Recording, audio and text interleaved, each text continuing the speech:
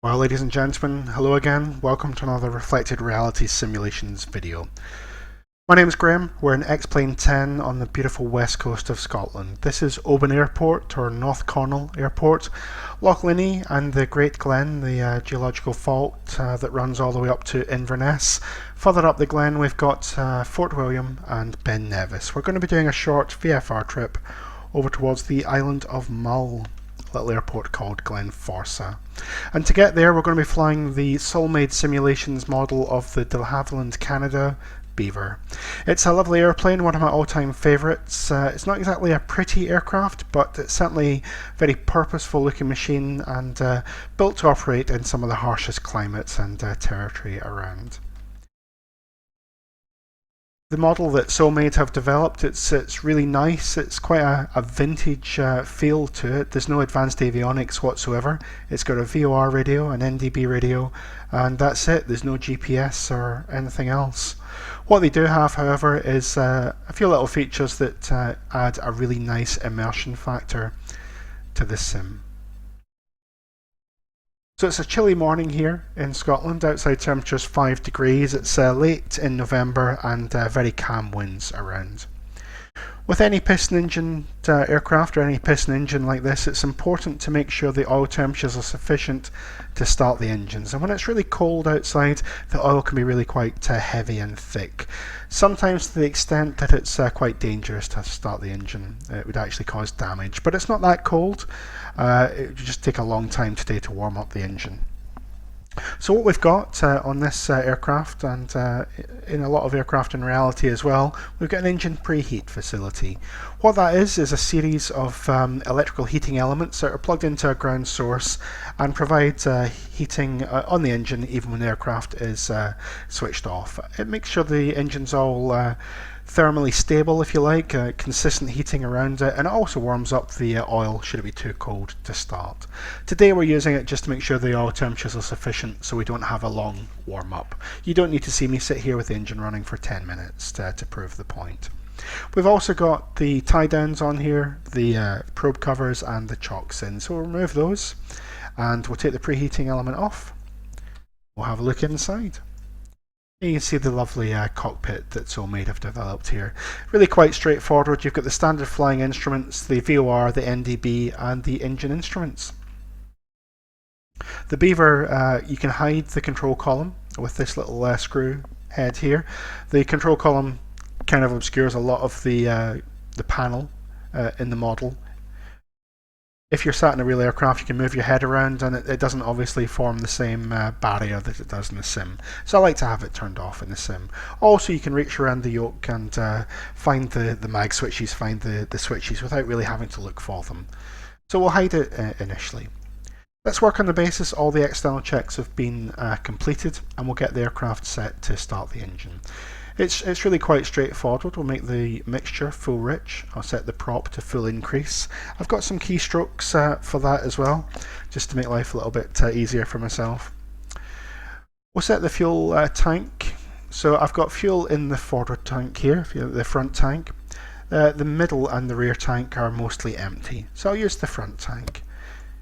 While you're looking at that, notice that the front tank is on the left, the centre tank's at the top, and the rear tank's on the right. That would make sense. But on the gauge here, although the front is on the left, the rear and the middle tanks are transposed. So that's just another little gotcha to be aware of on there. We've turned the fuel on. What we've got to do also is prime the engine. The primer's down here by your left foot. So run the primer, pump the primer about 4 times. And as well as priming the engine, we've got to make sure there's fuel pressure. There's the fuel gauge up here, and this is the fuel pump. We just operate it mechanically up and down. Some aircraft have got a boost pump, but according to documentation, this is the way we do it on here. So set around 5 psi, 4 to 5, just inside the green band. Before we put the master on, I'll make sure the avionics are turned off. We'll put the alternator switch on, the battery master on, the nav lights on and the beacon on. We'll set the mags to both, open the throttle slightly. So we've got mixture, we've got fuel, we've got mags and the electrics are on. Let's run the starter. So engine starts, make sure we've got 50 psi, which we've got, no problem. Looks good, so let's set around 1000 RPM to allow it to warm up. Just checking, oil pressure is stable and the oil temps are just above the red line, so that's good enough. It'll warm up gradually.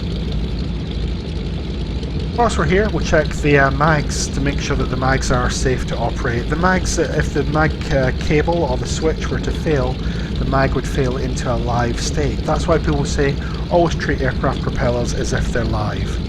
What we want to do is to basically ground the mags, that's what the switch does, to make sure that we can isolate the mag or turn it off. So I'll flick the switch, we'll see a slight drop, that means that we're running on single mag now. I'll go back to both, the RPM increases, we'll use the other mag, we get that same slight drop, and then back to both. That tells me that I've got satisfactory control over both the mags. With that done, I'll put the radios on, we call for air traffic weather, and then clearance to taxi, assuming the engine's all warmed up, which it has. Taxi routing out of here will be really quite straightforward. It's runway 19, we're going to depart to the south before making a right hand turn out towards Mull. I've got some power checks to do as well, so I'm going to point the tail of the aircraft north, basically taxi around here and point to the south. Before I move, I'll bring the power back to idle, release the parking brake and we'll taxi. It's important at this point to point out that I've only got a twist grip on the rudder. I don't have my rudder pedals connected, and the differential brakes are simply key bindings, so it can be quite abrupt, the taxiing. I do apologise for that, hopefully it's not too distracting. Obviously in a real aircraft you've got much finer control of these things.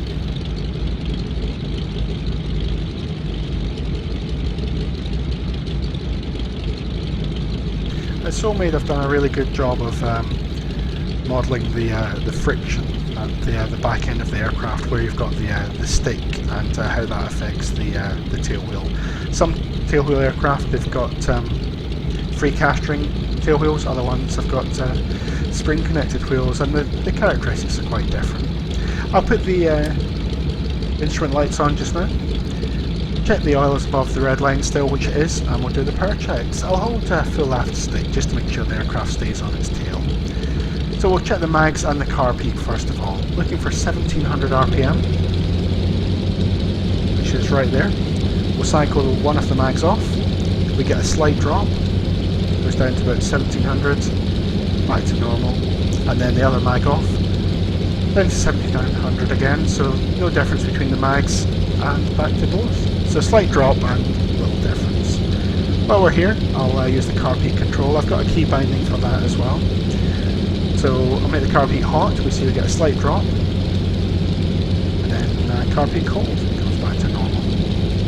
So that's the power check element done. Keep an eye on this, the alternator fail light and the alternator output as well. I'm going to come back to idle, and as the RPM drops below 700 RPM, that's too low for the alternator to sustain operation.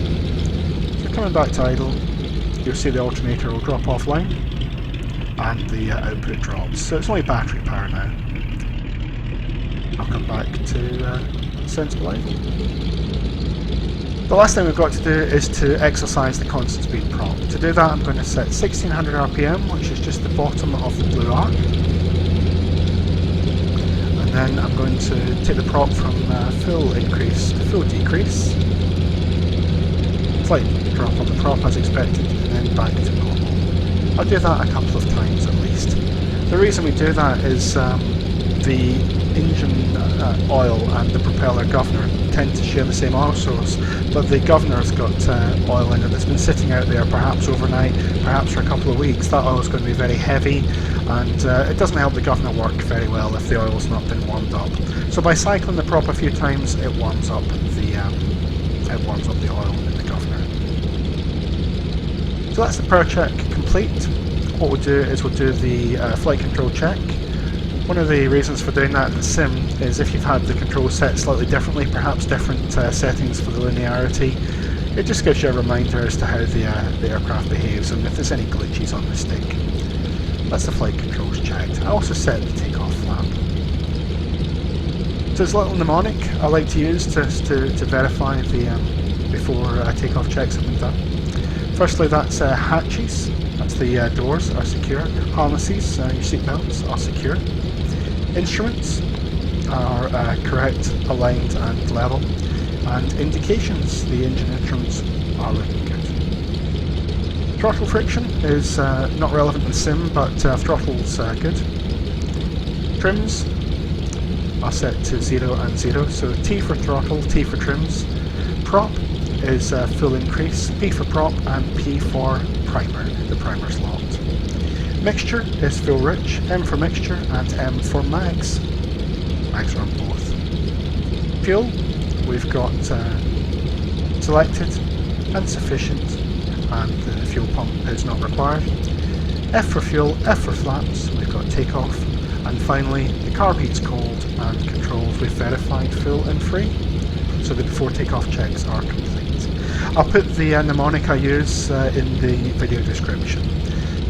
When you're flying tailwheel aircraft, you don't really have a spare hand for a checklist. You've got one hand on the stick and one hand on the throttle mostly all the time, so working with a mnemonic is a lot easier than trying to fumble around with a checklist. Checklists and single pilot operations don't really go together. They're pretty useful if you've got a complicated aircraft or for certain procedures, but the checklists are usually used to learn the systems rather than used as a checklist as you might do in a larger aircraft.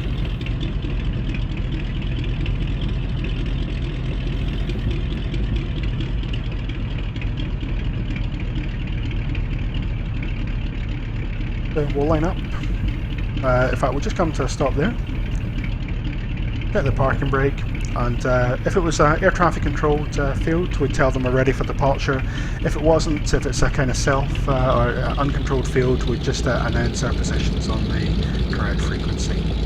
What we'll do is we'll do the items we need to do before lining up. So that's the Pitot Heat on, the engine indications are still good, lights on, strobes on, and transponder on.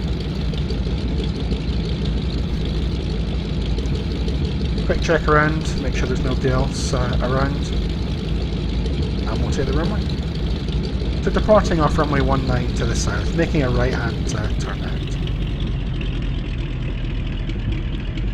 Winds are light and variable, so no problem at all.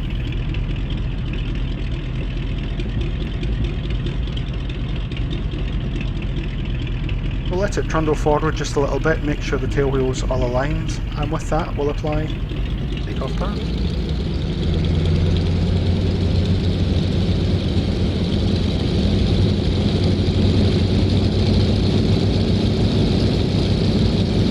Should fly off around 50 or 60.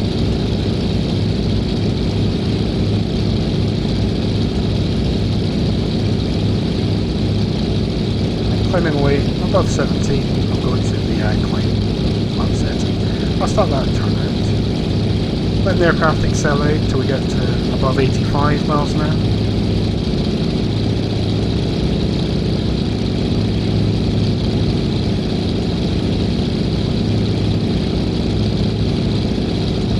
And above 85, we'll set flaps to cruise. Just trim the aircraft, hold that pitch attitude and let it accelerate. But I will bring the power back to 30 inches now, and I'll bring the prop back to 2000 RPM.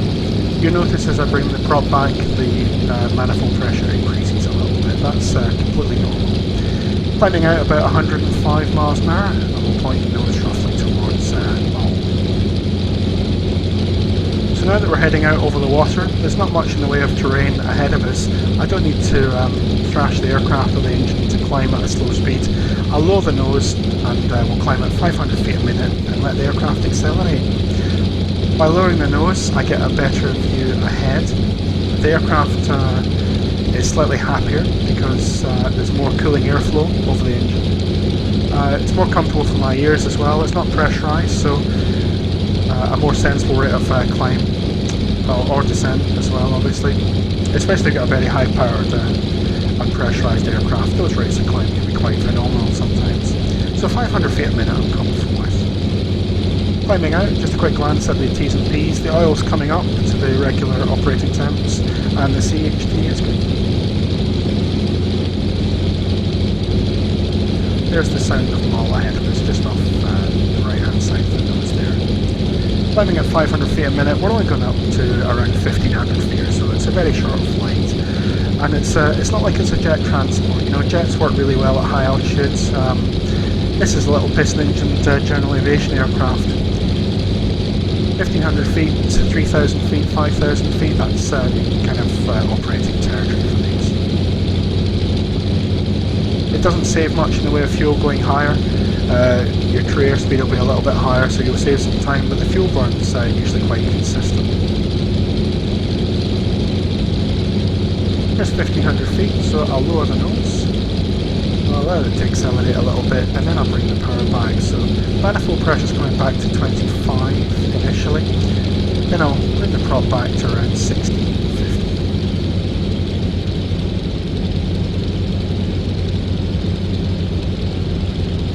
As I bring the prop back again, the manifold pressure comes up to about 26, and that's exactly what I'm looking for. As we trim out in the cruise, I'll bring the mixture back a little bit as well. Trim it out nicely.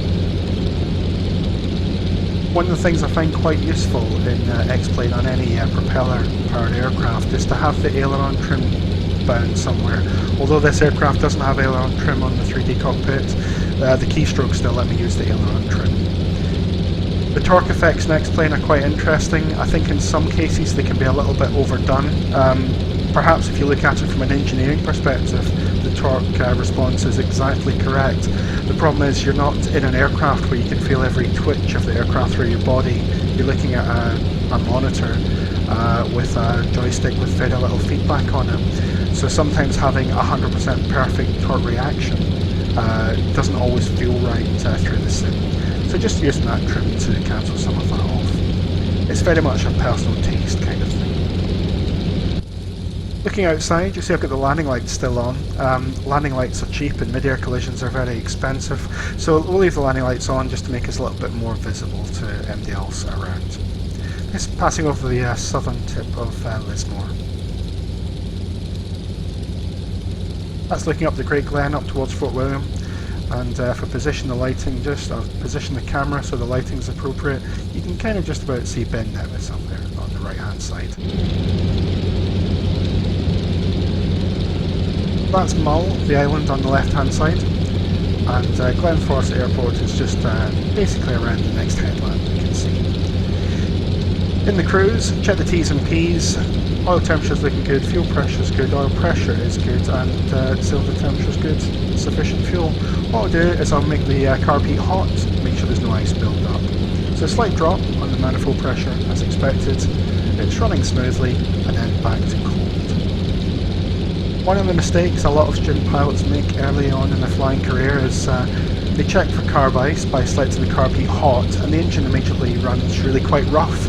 They think, oh, hang on, that's not right, I don't want that, and select the carb heat back to cold. But what's actually happening there is you put the carb heat to hot, it's melting some of the ice that's built up inside the carb. That ice has to go somewhere, it goes down the inlet tracts, and it goes into the engine basically. So the engine runs rough as it clears all the ice off. If you leave it hot, all the ice goes through the engine, the carb's clear, it will recover to smooth running, and then you make it cold. But if you put the carb heat back to cold when it's running rough, all you end up with is a lot of ice still in the carb, which means that the ice continues to build and it gets worse and worse. So regular carb heat checks, you get nice smooth running from it. Carb icing is quite a common issue in the UK. The general humidity and climate we have here, it's especially prone to it. I've once had a situation where, despite having the carb heat on in the circuit, as I was crossing the threshold, the propeller stopped on the front of the aircraft, so we had a dead stick landing. Only from about 50 feet or so, but it's certainly a real eye-opener as to how much you really need that carb heat. I mean, we had the carb heat on the day, but it just wasn't enough to clear all the ice off and ensure smooth running. So always use the carb heat.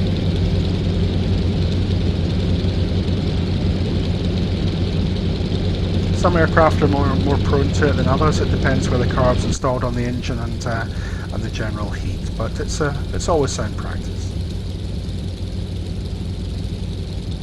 There's a beautiful model of the Beaver. The sim comes with floats as well as amphibious floats, and you can put tundra wheels on it as well. Fuel livery is included. It's a nice looking model. I think it does justice to the Beaver, and it's obvious from how it flies and how it's been designed that this machine really is a labour of love from the developer. So I've got a lot of respect for that. You know, it's a lovely model, and it's given me a good few hours of pleasure so far. I find it really quite relaxing. You know, you're pulling the machine around at 120 miles an hour, just looking at the scenery and enjoying the countryside slowly drifting by. It's not hard to imagine that if you had the resources available to you, maybe coming up to retirement, or if you won the state lottery, that sort of thing, then there'd be a lot worse ways to spend your days than drifting around in a big old radial tail dragger.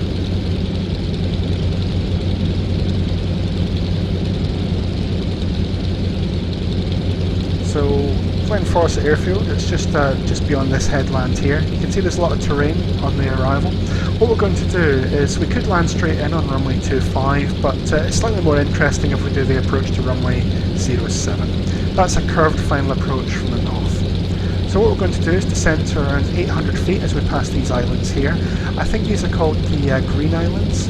There's almost certainly a Scots Gaelic pronunciation for those, but I'm not even going to attempt that. We're going to fly around the island 800 feet, route towards this little inlet here, and then turn around to come back towards the runway. You can kind of see the runway here. There's a windsock at the far end. We're going to land flying around here and coming back to land on 07. We want to be aware of the temperatures in the engine as well. I'm going to make the carb heat hot just now. I'm going to make the mixture full rich. That'll cool it down slightly, and I'll back the power off very gradually.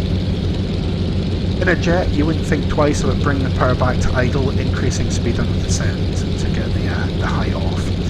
All that's going to do in your piston engine aircraft is reduce the heat the engine's producing, so it's going to cool down, and then you're going to increase the cooling airflow of the engine, which is going to cool it down even quicker.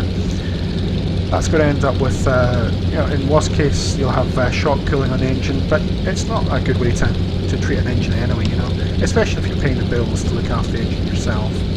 So always be aware of the power and make nice gradual power reductions.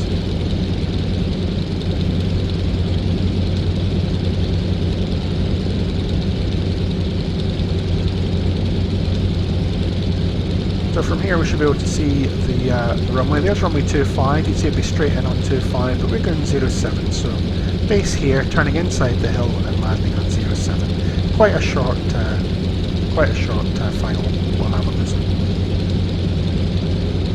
I want to go down to 800 feet and then turn onto the downwind leg. Up here is Tobermory. This is all still Mull. Tobermory's up here. That's the you sometimes see it on the picture postcards with all the painted houses, you know, the brightly coloured houses on the waterfront.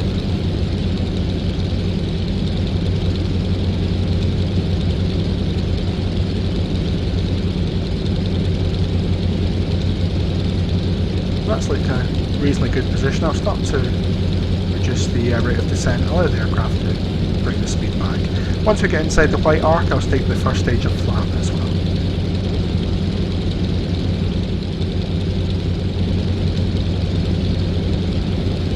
I'll start to bring the propeller RPM up as well. I'll bring it all the way up to full increase. It probably won't go much above 2000 because it's already on the fine stop there. There's 800 feet. Power set to something sensible. We've got the mixture full rich, and I'll trim it for 800.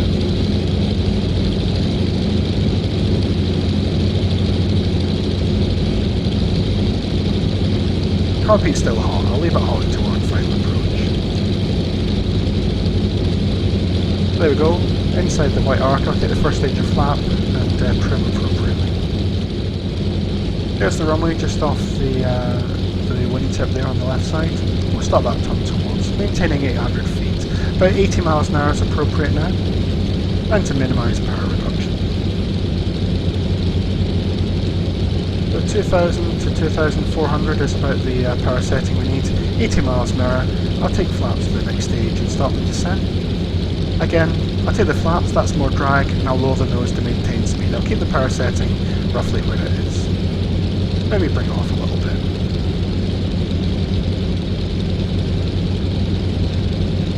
And we'll make the final approach at 70 to 75 miles an hour. There's not much weight on the aircraft. The fuel tanks, only one of them's got any fuel in it, and there's virtually no payload. So that's landing flap. And at this point we'll just check that the parking brake is off. So brakes are off, undercarriage is fixed, mixture's full rich, and prop is fully forward. Landing checklist is complete. Carb Heat's still on. You can see the runway threshold there, just on the left hand side, and you can see the roads ahead of us. We'll turn inside the road. It's quite a tight, quite a tricky turn on to final here.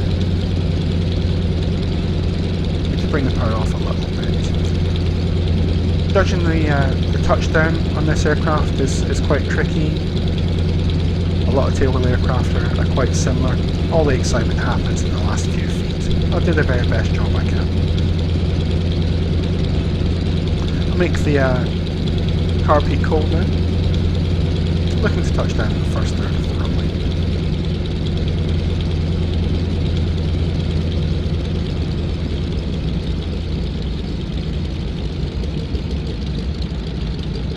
A little bit of a bounce, I'll just hold the attitude and we'll touch down.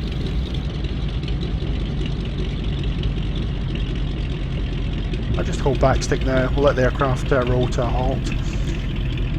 This time in the morning the grass is obviously quite slippy still, so braking wouldn't be a great idea. Just maybe a gentle jab of the brakes to get us stopped. With that I'll just verify that we got the Carb Heat to cold. We did. And we'll turn back round and head towards the parking. I'm going to make a turn to the left on the basis it's a little bit easier on this aircraft.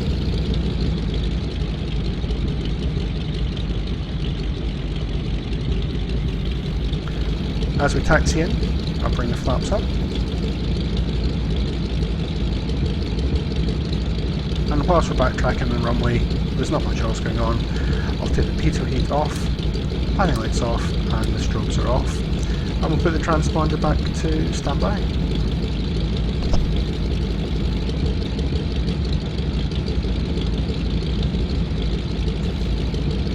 It's a really satisfying aircraft to operate, and you can get with practice you get a lot tighter approach than that, and obviously if you don't have the same terrain on the threshold you can really do a very short approach.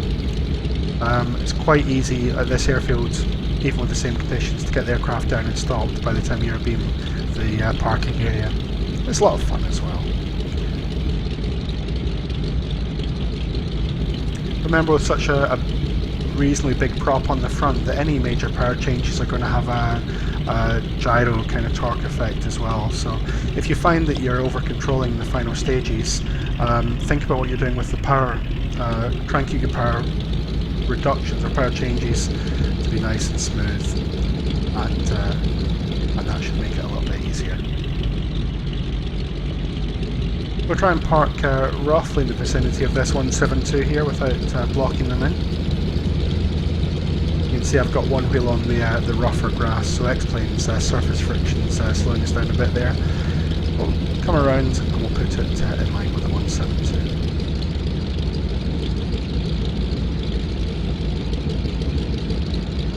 Okay, so the parking brake is set. I'll just set sensible idle. Have a look on the outside just to help with the positioning. There you go, I'm quite happy with where we're parked there. Everything looks good.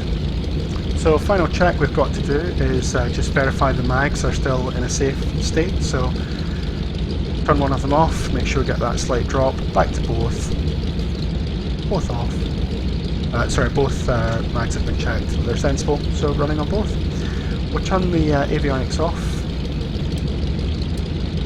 and we're good to shut down. So I'll bring the throttle closed, propeller, mixture, we'll set the fuel off, and the mags off, nav light off, beacon off, and masters off.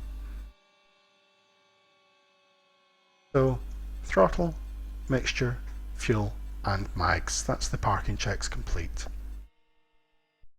There you go, that's the Soulmade Simulations DHC-2 Beaver. It really is a lot of fun. You'll have a lot of fun with takeoffs and landings, learning how to do crosswind handling with this aircraft.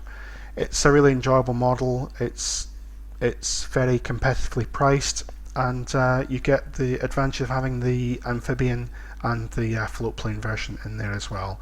I can't recommend this highly enough. For something completely different, for low and slow flying, it's really one of the best ones I've tried so far.